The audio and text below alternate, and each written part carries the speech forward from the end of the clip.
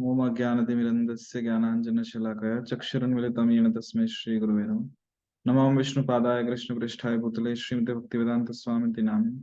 नमस्ते सारस्वती देवे गौरवाणी प्रचारिणे निर्विशेष शून्यवादी पाश्चात्य देशतारिणे। जय श्री कृष्ण चैतन्य प्रभु नित्यानंद श्री अद्वैत गदाधर श्रीवासादि गौर भक्तवृंद। हरे कृष्ण कृष्ण कृष्ण हरे हरे, हरे राम राम राम हरे हरे।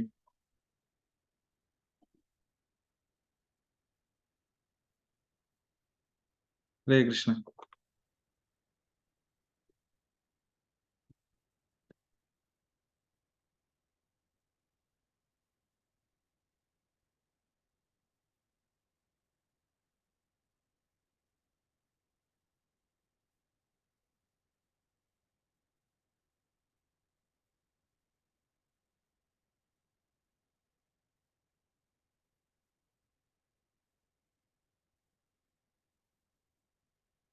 तो आप सभी भक्त माइक ऑन करके साथ में श्लोक दोहरा सकते हैं। अंधम तमा प्रविशन्ति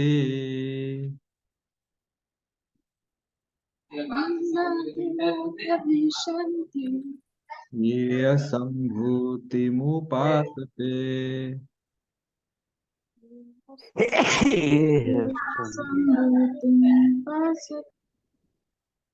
ततो भूय इव ते तमो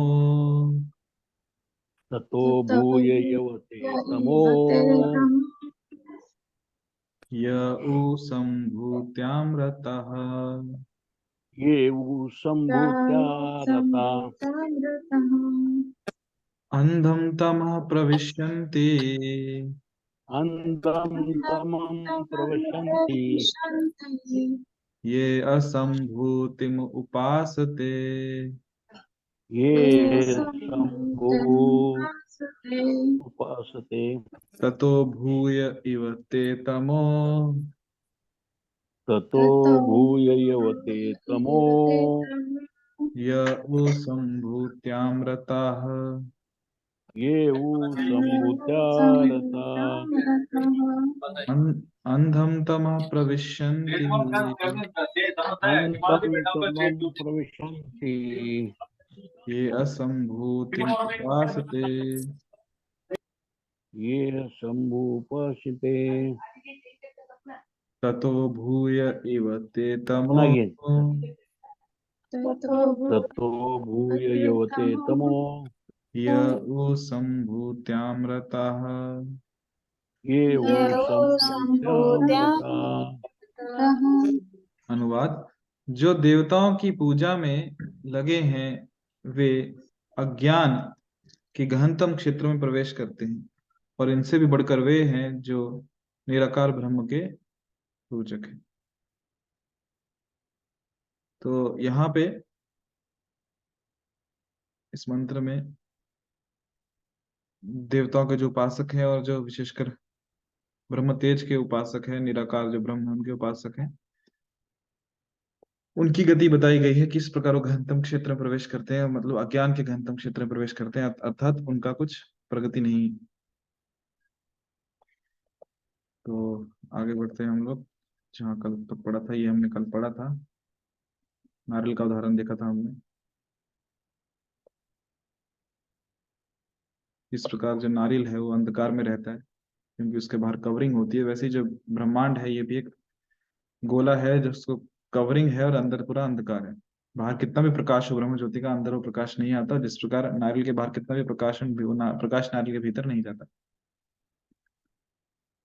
जीवन की समस्याएं मात्र चंद्रमा पर या उसके ऊपर या नीचे के किसी दूसरे लोक पर जाने से हल होने वाली नहीं है। जिस प्रकार आज विज्ञान प्रयास कर रहा है कि अलग अलग ग्रहों पर जाने के लिए, पर किसी भी ग्रह पे जाके जीवन की समस्या हल नहीं होने वाली।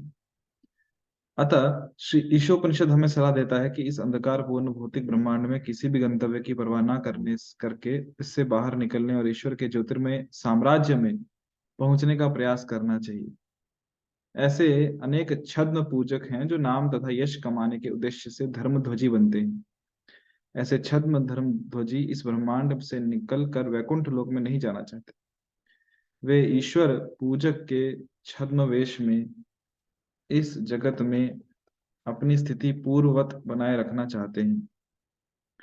नास्तिक तथा निर्विशेषवादी ऐसे छद्म धर्मध्वजियों को नास्तिकवादी विचारधारा का उपदेश देकर गहनतम अंधकार में ढकेल देते हैं। नास्तिक पूर्ण पुरुषोत्तम भगवान के अस्तित्व को सीधे सीधे नकारता है और निर्विशेषवादी परमेश्वर के निराकार पक्ष पर ऐसे नास्तिकों को समर्थन को बल देता है।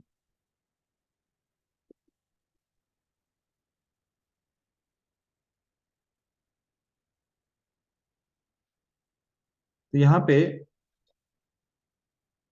जो श्रील प्रभुपाद जी को उदाहरण ले रहे हैं कि विशेषकर आज के समय पे भी ये चल रहा है, और उस समय 1960s का टाइम देखें, 70s का टाइम देखें, जब नए नए सब चल रहा था कि मनुष्य को अंतरिक्ष में जा रहा है, चांद पे कदम रख रहा है, और अभी जो चल रहा है कि मार्स पे जाना है। तो दूसरे लोक पे जाने की बात हो रही है कि दूसरे लोक पे जाके हमारी समस्याओं का हल हो जाएगा, परंतु केवल दूसरे स्थान परिवर्तन करके समस्याओं का हल नहीं होने वाला। क्योंकि हम किसी और स्थान में भी चले जाएं तो भी जो चार समस्याएं हैं वो साथ में रहने वाली हैं। कौन सी? जन्म, मृत्यु, बुढ़ापा और क्या रह गया? चलो, जन्म, मृत्यु, जरा और व्याधि। हाँ, बीमारी। जन्म, मृत्यु, बुढ़ापा और बीमारी, ये चार समस्या हमेशा रहने वाली। आदि दैविक क्लेश, आदि भौतिक क्लेश, आदि आत्मिक क्लेश, ये भी साथ में रहने वाले। और विशेषकर, हाँ यही, विशेषकर आध्यात्मिक क्लेश में जो कि हमारा तकलीफ शरीर देता है और मन जो तकलीफ देता है वो रहने वाला है। तो बेशक हम किसी दूसरे ब्रह्मांड में भी चले जाएं, ब्रह्मांड बोलने से अच्छा कि दूसरे ग्रह जो चल रहा है, ग्रह चल में चले जाए, तो उससे समस्या हल नहीं होने वाली। जैसे इस जगत में भी हम देखते हैं कि कभी हम परेशान हैं कि हम औरंगाबाद में रह के परेशान हो गए, तो चलो हम नगर को जाके आते हैं, या नगर में रह के परेशान हो गए तो हम कहीं नागपुर जाके आते हैं कि वहां रहेंगे अभी। पर स्थान बदलने से समस्या हल नहीं होती, क्योंकि हम किसी भी स्थान में चले जाएं, हमारा शरीर यही रहने वाला है, हमारा मन यही रहने वाला है, जो चार समस्याएं वो रहने वाली हैं, क्योंकि है तो इसी भी भौतिक जगत में ही ना। अतः श्री ईशोपनिषद में से क्या सलाह दी गई है? तो हमें जो तैयारी करनी है, जो प्रयास करना है, इस ब्रह्मांड से बाहर निकलने का प्रयास करना है, इससे बाहर निकलने और ईश्वर के ज्योतिर्मय साम्राज्य में पहुंचने का प्रयास करना चाहिए, भगवान के साम्राज्य में। क्योंकि इस ब्रह्मांड में हम कहीं पे भी पहुंच जाए, समस्या रहने वाली है। चंद्रलोक क्या है, मार्स क्या है, जुपिटर क्या है, ब्रह्म के लोक तक चले गए, स्वर्ग में भी चले गए, तो चले गए, तो समस्या हल नहीं होने वाली। अभी कुछ जो छद्म पूजक हैं, जो धर्म के कहते हैं, धर्म का पालन करने वाले हैं, धर्म के रक्षक हैं, तो ये जो ऐसे लोग हैं,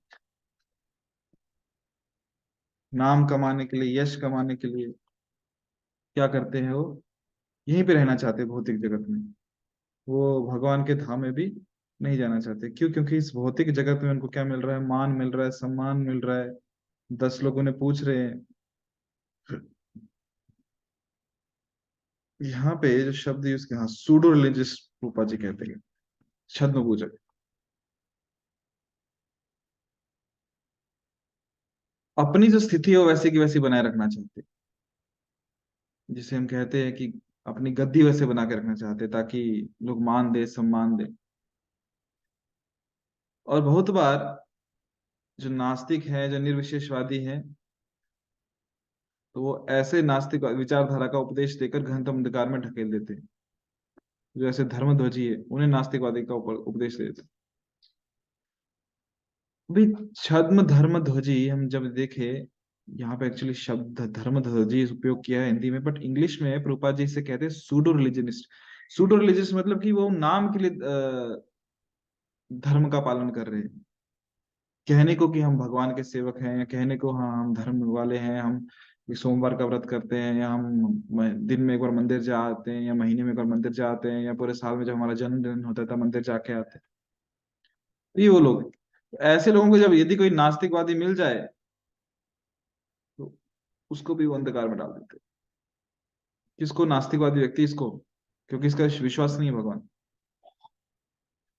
क्योंकि नास्तिकवादी है वो सीधा सीधा भगवान के अस्तित्व को ही निकार देता है, और निर्विशेषवादी परमेश्वर के निराकार पक्ष पर ऐसे नास्तिकों के समर्थन को बल देता है। निर्विशेषवादी परमेश्वर के निराकार पक्ष पर क्योंकि जब निर्विशेषवादी क्या कह रहा है कि भगवान का कोई स्वरूप नहीं है, तो उसके पक्ष में ही बल दे रहा है। क्योंकि नास्तिक क्या कह रहा है, नास्तिक तो कह रहा है भगवान है ही नहीं, ये क्या कह रहा है कि भगवान का कोई स्वरूप नहीं। मतलब दोनों मिलके भी ये नहीं मान रहे कि भगवान का कोई स्वरूप है। अभी तक हमें श्री ईशोपनिषद कहाँ गया? अभी तक हमें श्री ईशोपनिषद में कोई ऐसा मंत्र नहीं मिला जिसमें पूर्ण पुरुषोत्तम भगवान के अस्तित्व को नकारा गया हो। कहा गया है कि वे किसी से भी अधिक तेज दौड़ सकते हैं, अन्य ग्रहों के पीछे दौड़ने वाले निश्चय ही आकारवान मनुष्य हैं, और यदि भगवान उन सबसे तेज दौड़ सकते हैं तो फिर उन्हें किस तरह निराकार कहा जा सकता है।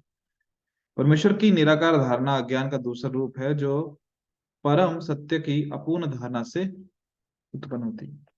तो हमारी धारणा अपूर्ण है, हमारा ज्ञान पूरा नहीं है। इसलिए हम भगवान को निराकार समझते हैं। जो भी लोग जो भगवान को निराकार समझ रहे हैं उनका ज्ञान पूरा नहीं है। तो क्योंकि हमारा ज्ञान पूरा नहीं है, इसका मतलब हम ये नहीं कह सकते कि भगवान पूर्ण नहीं है या उनका कोई आकार नहीं।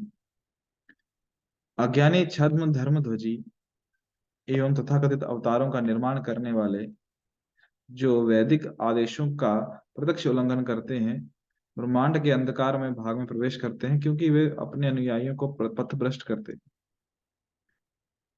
अभी जो ऐसे लोग हैं जो तथाकथित धर्म का पालन करने वाले हैं, कभी कभी वो प्रचारक भी बनते हैं और उनके बहुत सारे अनुयायी भी होते हैं, फॉलोअर्स होते हैं। तो वे लोग भी जो अपने अनुयायियों को पथभ्रष्ट करते हैं, क्योंकि उनके पास स्वयं को ज्ञान नहीं है, तो अपने अनुयायियों को ज्ञान कहाँ से देंगे।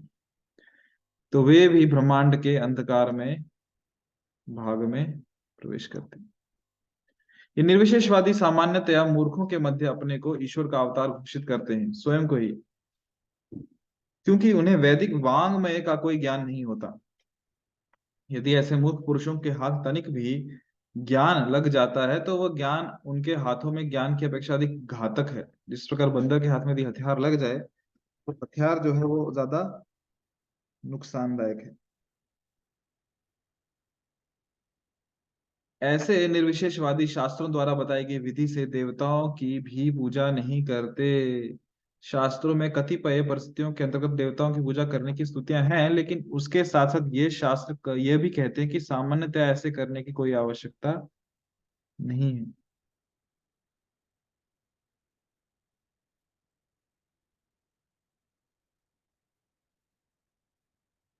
भगवत गीता में 7वें अध्याय के 23वें श्लोक में स्पष्ट कहा गया है कि देवताओं की पूजा करने से जो फल प्राप्त होते हैं वे स्थायी नहीं होते, क्योंकि ये सारा भौतिक ब्रह्मांड ही स्थायी नहीं है।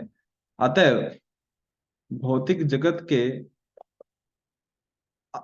अतः भौतिक जगत के अंधकार में जो कुछ भी उपलब्ध हो पाता है वह भी ईश्वर है। प्रश्न ये है कि सॉरी सॉरी जो भी उपलब्ध हो पाता है वह भी नश्वर है। प्रश्न ये है कि सच्चा तथा स्थायी जीवन किस तरह प्राप्त किया जाए। जो देवता प्रदान करेंगे वो भी क्या है, नश्वर है, क्योंकि जो देवता है वो भी नश्वर जगत में है, जो वस्तु दे रहे हैं वो भी नश्वर जगत में है, तो सब कुछ नश्वर जगत में ही है। तो देवताओं की उपासना क्यों करनी। प्रश्न क्या है कि सच्चा जीवन और स्थायी जीवन कहाँ से मिले जहां पे कुछ नश्वर नहीं है। तो भगवान कहते हैं कि ज्यों ही कोई भक्ति के द्वारा उन तक पहुंच जाता है, जो भगवान तक पहुंचने का एकमात्र मार्ग है, त्यों ही वह जन्म तथा मृत्यु के बंधन से पूर्ण मुक्ति पा जाता है। दूसरे शब्दों में, भव बंधन से मोक्ष का मार्ग भगवत भक्ति के द्वारा प्राप्त तथा वैराग्य के सिद्धांतों पर पूरी तरह निर्भर रहता है। भवबंधन से मोक्ष का मार्ग भगवत भक्ति के द्वारा, देखिए, भवबंधन से मोक्ष का मार्ग भगवत भक्ति के द्वारा प्राप्त ज्ञान तथा वैराग्य के सिद्धांतों पर पूरी तरह निर्भर रहता है। तो मोक्ष यदि चाहिए, भगवान के धाम जाना, इस जगत से मुक्ति चाहिए, तो भगवत भक्ति के द्वारा ज्ञान तथा वैराग्य के सिद्धांतों पर निर्भर है ये। इन छद्म धर्म ध्वजियों में ना तो ज्ञान होता है ना भौतिक मामलों से विरक्ति, क्योंकि उनमें से अधिकांश लोग भव बंधन की स्वर्णिम जंजीरों में बंद कर धार्मिक सिद्धांतों के वेश में छुपे परोपकारी एवं कल्याणकारी कार्यकलापों की छाया के तले जीवित रहना चाहते हैं। ये बहुत बड़ी बात प्रभुपाद जी कह रहे हैं यहाँ पे, कि ऐसे नकली धार्मिक लोग, ना तो उनके पास क्या है, ना ज्ञान है, ना विरक्ति है उनके पास। जो अधिकांश लोग हैं वो भव बंधन के स्वर्णिम जंजीरों में बंधे हैं। देखो, लोहे की बेशक जंजीरों में नहीं बंधे हैं, हो सकता है तमोगुण की रस्सियों में नहीं बंधे हैं, रजोगुण की रस्सियों में नहीं बने, पर सत्वगुण की रस्सियों में तो बंधे हैं, परोपकार की भावना है। तो स्वर्णिम जंजीरों में वे बंधे हैं, सोने की जंजीरों में। और उसमें बंधकर क्या कर रहे हैं? धार्मिक सिद्धांतों के वेश में छुपे परोपकारी एवं कल्याणकारी कार्यकलापों की छाया की तरह जीवित रहना चाहते हैं। मान मिल रहा है, सम्मान मिल रहा है, परोपकार का कार्य कर रहे हैं, लोगों का भला कर रहे हैं, तो उसी के छाया में रहना चाहते हैं, वो भगवान के धाम में नहीं जाना चाहते। धार्मिक भावनाओं के झूठे प्रदर्शन द्वारा वे भक्ति का स्वरूप प्रस्तुत करते हैं, जबकि वे सभी प्रकार के दुराचार करते रहते हैं। धार्मिक भावनाओं के झूठे प्रदर्शन, कि लोगों को दिखा रहे हैं कि हम कितने भक्त हैं, हमारे गले में माला है, हमारे हाथ में माला है, हमारे माथे पे तिलक है।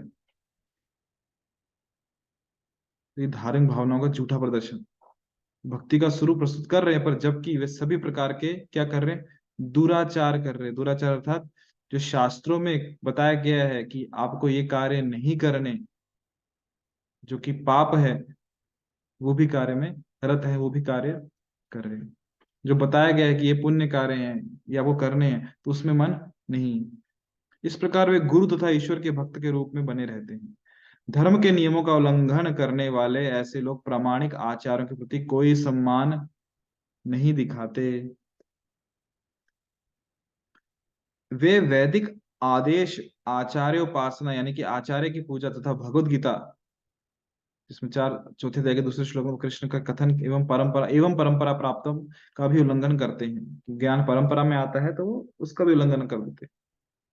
वे सामान्य जनता को भ्रांत करने के लिए स्वयं तथाकथित आचार्य बन बैठते हैं, लेकिन वे आचार्यों के सिद्धांतों का पालन तक नहीं करते। स्वयं आचार्य बन जाते, सबको प्रचार करते, गुरु बन जाते, परंतु जो आचार्य के सिद्धांत है उसका स्वयं पालन नहीं करते। शिष्य भी प्रसन्न कि मुझे गुरु मिल गए, जो इतने नियम नहीं बताते, और गुरु भी प्रसन्न, मुझे शिष्य मिल गए। शिष्य को गुरु मिल गए, गुरु को शिष्य मिल गए। कृष्ण कहाँ है, भगवान कहाँ है, पता नहीं। और परंपरा कौन सी है, कोई अता पता नहीं। प्रभुपाद जी कहते थे, इंग्लिश में कहते थे कि this world is full of cheaters and to be cheated. ये जो संसार है, इसमें 2 प्रकार के लोग पाए जाते हैं प्रचुर मात्रा में। एक वो जो ठगता है, जो धोखा देता है, और दूसरा जो धोखा खाता है या जो धोखा खाना चाहता है। क्योंकि सबके पास उतना कीमत नहीं है कि जोहरी की दुकान पे हीरा खरीद ले, इसलिए बहुत बार लोग नकली ज्वेलरी खरीदते हैं, नकली आभूषण खरीदते हैं, नकली दागिने खरीदते हैं, क्योंकि उतने पैसे नहीं है कि असली सोने चांदी और हीरे के जवाहरात के आभूषण पहने। पर पार्टी में तो पहनना है, लोगों को दिखाने हैं, तो क्या करेंगे? जो दुकानें हैं, मॉल है जहाँ पे आर्टिफिशियल ज्वेलरी की सेल लगी है, नकली, वहां जाके खरीदेंगे और वो पहनेंगे। लोगों को तो देखना है, उनको क्या पता असली है कि नकली। तो वो चाहते हैं कि हम ठगे जाएं, क्योंकि उतने पैसे नहीं है, इसलिए दुकानदार ठगता है हमको। तो वैसे ही ये जो तथाकथित आचार्य बन बैठते हैं, गुरु बन बैठते हैं, ना कोई परंपरा है, ना कोई सिद्धांतों का पालन, ना जीवन में अपने आचरण है नियमों का जो शास्त्र में बता रहे हैं। तो ऐसे धूर्त मानव समाज के सबसे घातक तत्व हैं, क्योंकि चूंकि कोई धर्म आधारित सरकार विद्यमान नहीं है। सरकार को भी पता नहीं धर्म क्या अधर्म क्या, तो अतः ये वे राज्य के नियमों द्वारा दंड पाने से बच जाते। नहीं तो यदि पूरे समय में देखे तो राजा जो धार्मिक रहा करता था, जिसे धर्म पता होता था, वो इस बात का ध्यान रखता था कि प्रजा में कहीं पे अधर्म नहीं हो। और यदि कहीं अधर्म होता था तो राजा स्वयं उन्हें दंडित करता। पर अभी राज्य के नियमों से बच जाते हैं, क्यों? धर्म आधारित सरकार तो है नहीं। किंतु वे परमेश्वर के नियम से नहीं बच सकते, जिन्होंने भगवत गीता में 16वां स्कंद, हाँ 16वां स्कंद, सॉरी सॉरी, भगवत गीता 16वां अध्याय श्लोक क्रमांक 1920 में घोषित किया है कि धर्म प्रचारकों के वेश में ईर्ष्यालु असुरों को नरक के गहनतम भाग में डाल दिया जाएगा। शीर्षोपनिषद पुष्टि करती है कि ये छद्म धर्म ध्वजी केवल अपनी इंद्रवृत्ति के लिए चलाए जाने वाले गुरु के व्यापार को के पूरा होने पर ब्रह्मांड के सबसे घृणित स्थान की ओर बढ़ जाएंगे। हरे कृष्ण। तो कहने का तात्पर्य ये है, पहली चीज तो जो देवताओं के पूजक हैं वो भी अज्ञान में जाएंगे, जो निराकार के पूजक हैं वो भी अज्ञान में हैं, केवल जो भक्त है वो ज्ञान में है, और जो इतना अज्ञान होने के बाद भी लोगों को फंसा रहा है, लोगों को ठग रहा है, जहाँ कोई परंपरा नहीं है पर फिर भी आचार्य बने बैठे, तो वो तो और अधिक घृणित स्थान की ओर बढ़ रहे हैं। हरे कृष्ण। तो यहाँ पे ये 12वां मंत्र समाप्त हुआ। अभी बढ़ते हैं मंत्र क्रमांक 13 की ओर। तो पहले इसका उच्चारण करेंगे। आप भी जो साथ में हैं भक्त लोग माइक ऑन करके उच्चारण कर सकते हैं। अन्य अन्य देवाहो संभवात्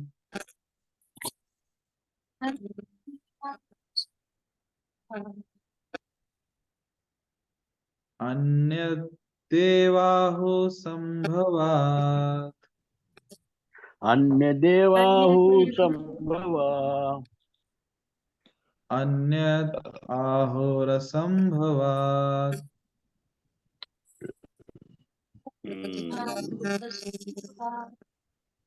इति शुश्रुम धीराणाम् इति शुश्रम धीराणाम येन द्विजचक्षिरे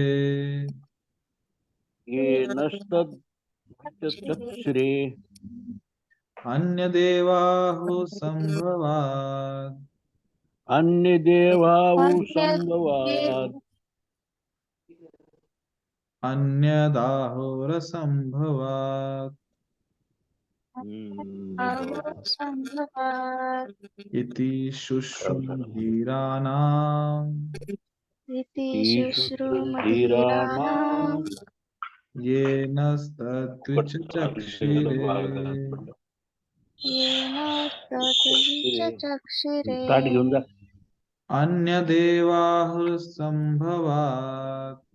अन्य अन्य देवाहु देवाः संभवात् सम्भवात् अन्यदाहुरसंभवात् अन्यद् अन्य दाहु आहुरसम्भवात् संभवात् इति कपडे आले शुश्रुम कपडे टाकले होते कपडे उघडले आज धीराणाम् टाकलं का इति शुश्रूमधीराणाम् येन तद्विचक्षिरे येन तद्विचक्षिरे शब्दशार्थ अन्यत भिन्न एव निश्चय ही आहु कहा जाता है संभवात समस्त कारणों के कारण परमेश्वर की पूजा द्वारा अन्यत भिन्न आहु कहा जाता है असंभवात जो परमेश्वर नहीं है उसकी पूजा से। इति इस प्रकार शुश्रुम मैंने यह सुना धीरानाम धीर पुरुषों से ये जो न हमको तत् उस विषय वस्तु के बारे में विचक्षिरे पूर्णतया बताया गया। अनुवाद।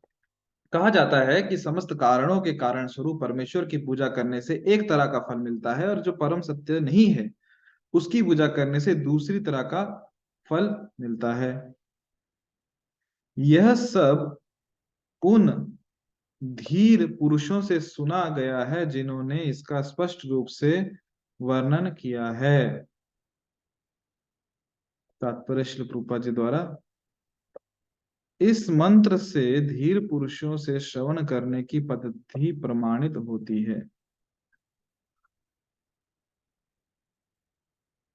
जब तक ऐसे प्रामाणिक आचार्य से श्रवण नहीं किया जाता जो भौतिक जगत में होने वाले परिवर्तनों से तनिक भी विचलित नहीं होता, तब तक दिव्य ज्ञान की असली कुंजी प्राप्त नहीं हो पाती। तात्पर्य में बढ़ते हैं, पहले एक बार अनुवाद समझते हैं कि क्या कह रहे हैं यहाँ पे। कहा जाता है कि समस्त कारणों के कारण स्वरूप परमेश्वर जो भगवान है उनकी पूजा करने से एक तरह का फल प्राप्त होता है, और जो परम सत्य नहीं है उसकी पूजा करने से दूसरी तरह का फल प्राप्त होता है। ये सब उन धीर पुरुषों से सुना गया है जिन्होंने इसका स्पष्ट रूप से वर्णन किया है। कहने का तात्पर्य तात्पर्य ये है कि भगवान की पूजा करने से एक लाभ होता है, और भगवान की पूजा छोड़ के किसी और की पूजा करने से दूसरे प्रकार का लाभ होता है। मतलब दोनों रास्ते एक जगह नहीं जा रहे। बहुत बार भारत में विशेषकर ये तत्प्रथा प्रचलित है, यथोमत तथोपत, कि आपको जैसा अच्छा लगे, जहां जिस मार्ग जाना अच्छा लगे आप जाओ। आप किसी भी देवी देवता की पूजा करो, आपको अंततोगत्वा एक ही जगह पहुंचना है, क्योंकि सब एक ही हैं। ऐसा बहुत बार सुनने को आता है, जो कि बिल्कुल गलत है। यदि हम देवताओं की उपासना करेंगे तो देवताओं के पास जाएंगे, पितरों की उपासना करेंगे तो पितृलोक में जाएंगे, और भूतों की उपासना करेंगे तो भूतों के लोक में जाएंगे। यदि भगवान की उपासना करेंगे तो भगवान के पास जाएंगे। और ये किससे सुना है? ये उन धीर पुरुषों से सुना गया है जिन्होंने इसका स्पष्ट रूप से वर्णन किया है। धीर पुरुष मतलब कौन? जिसके पास धैर्य है, अर्थात जो विचलित नहीं होता परिवर्तन देख के, क्योंकि संसार द्वंद्व का जगत है ना। एक समान तो चीजें रहने नहीं वाली, यहाँ पे मान है, अपमान है, सर्दी गर्मी है, दुख है, सुख है। तो ये जो धीर पुरुष है, जो धीर व्यक्ति है, जो विचलित नहीं होता, उन्होंने इसका जब स्पष्ट रूप से वर्णन किया है तो उनसे सुना है। तो इस मंत्र में धीर पुरुषों से श्रवण करने की पद्धति प्रमाणित होती है कि हमें श्रवण किससे करना चाहिए? धीर पुरुष से करना चाहिए। और जब तक ऐसे प्रामाणिक आचार से श्रवण नहीं किया जाता, जो भौतिक जगत में होने वाले परिवर्तनों से तनिक भी विचलित नहीं होता, तब तक दिव्य ज्ञान की असली कुंजी प्राप्त नहीं हो पाती। क्योंकि यदि, हाँ, इसको ऐसे समझो, जिसने स्वयं कृष्ण का अनुभव किया है, तो वो कभी कृष्ण का अनुभव किया मतलब मुक्त पुरुष है। और ऐसा मुक्त पुरुष इस भौतिक संसार में विचलित नहीं होगा। और जब तक ऐसे मुक्त पुरुष का आश्रय नहीं लिया, तब तक दिव्य ज्ञान की असली कुंजी प्राप्त नहीं हो पाएगी। जिस भी प्रमाणिक गुरु ने अपने धीर आचार्य से श्रुति मंत्रों या वैदिक ज्ञान को सुना है, वह कभी भी कोई ऐसी बात प्रस्तुत नहीं करता जो वैदिक ग्रंथों में उल्लिखित उल्लिखित नहीं हो।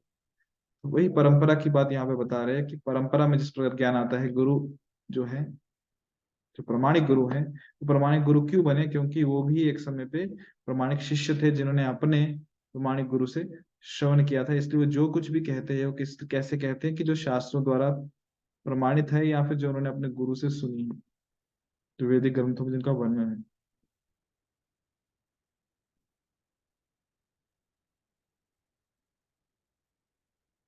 आगे भगवान स्पष्ट कहते हैं, भगवद गीता के 9वें अध्याय के 25वें श्लोक में कहा गया है कि जो पितरों की पूजा करते हैं पितृ लोक प्राप्त करते हैं, वे निपट भौतिकवादी जो यहीं बने रहने की योजना बनाते हैं, इसी लोक में रहते हैं। और जो भगवत भक्त, जो समस्त कारणों के परम कारण भगवान कृष्ण के अतिरिक्त किसी और की पूजा नहीं करते, वैकुंठ में भगवान के धाम पहुंचते हैं। स्पष्ट है कि हम जिस रास्ते पे जाएंगे वहां पहुंचेंगे। यदि गाड़ी पकड़ी है दिल्ली जाने वाली तो दिल्ली पहुंचेंगे, कलकत्ता की गाड़ी पकड़ी तो कलकत्ता ही पहुंचेंगे। ऐसा नहीं कि कोई भी गाड़ी में बैठ जाओ तो सब गाड़ियां दिल्ली जा रही हैं। ये कैसे समझ में आएगा? हमारे कार्यों से, कि हमारे कार्य कैसे कर रहे हैं। कि हम तो कहते नहीं हमें भगवत धाम जाना है, हमें भगवान के दर्शन करने हैं, हमें संसार से मुक्त होना है, और कार्य कैसे हो रहे हैं? कार्य ऐसे हो रहे हैं कि हमें इस भौतिक जगत में ही रहना है। कब तक? जब तक रहेंगे रहेंगे, सालों साल, जन्मों जन्मों तक। क्यों? अभी भी ये योजना हम यही बना रहे हैं कि इस भौतिक जगत में और अच्छे से कैसे रह सकें। इस जन्म में अच्छे से नहीं रह पाए तो हम अगले जन्म में फिर से आएंगे। क्यों? और अच्छे से रहने के लिए। जो हमारी इच्छा है उन्हें पूरी करेंगे।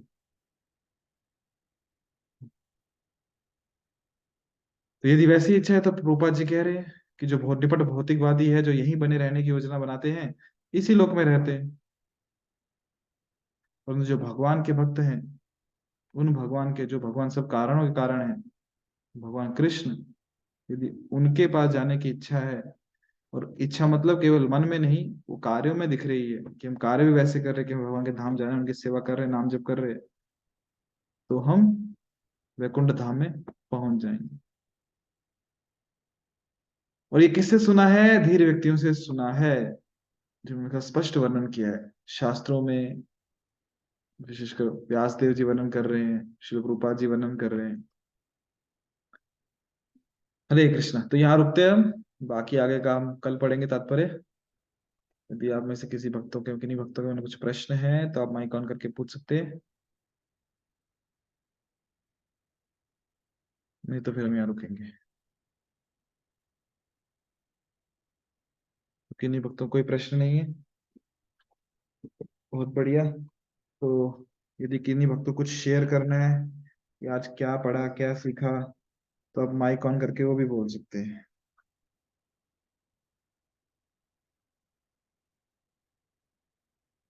किसी को कुछ ज्ञान है, कुछ याद आ रहा है? हाँ, बोलो क्या प्रभु जी? हरे कृष्णा, दंडवत प्रणाम। जी प्रभु जी। दंडवत प्रणाम। दंडत नाम बोलूंगा। प्रभु जी, प्रभु जी दंडत नाम बोलिए ना।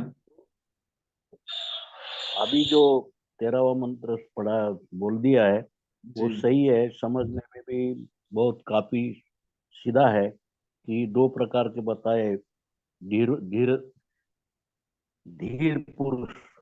धीर पुरुष यानी ऐसा पुरुष की कौन से इसमें भी वो कायम है, और वो परम भक्त है भगवान का, उसमें कुछ अल्टर नहीं होता। और दूसरे जो अपन सुनते हैं तो उसमें फर्क है। और दो मार्ग सही है, एक भक्ति मार्ग है और दूसरा ये वो पोट भरा मार्ग बोलते हैं हमारे इसमें, जो धार्मिक अपना मान के लिए करने का, कुछ ये करने का ऐसा। तो उसमें जो सही है, नव भगवत गीता का 9वां अध्याय और 25 का श्लोक में भी स्पष्ट बताया है कि कहाँ से कहाँ जाता है वो, पितृलोक की सेवा करते पितृलोक, ये सही है। इसमें कुछ डिफिकल्टी नहीं है। तो इसीलिए आपको कुछ प्रश्न नहीं पूछे। जी। हरे कृष्ण। धन्यवाद प्रभु जी।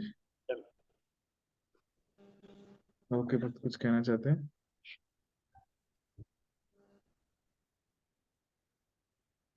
तो ठीक है। हरे कृष्णा। तो हम यहाँ रुकते हैं, बहुत बहुत धन्यवाद। कल मिलेंगे शाम को 8:15 आगे तात्पर्य पढ़ेंगे। हरे कृष्णा।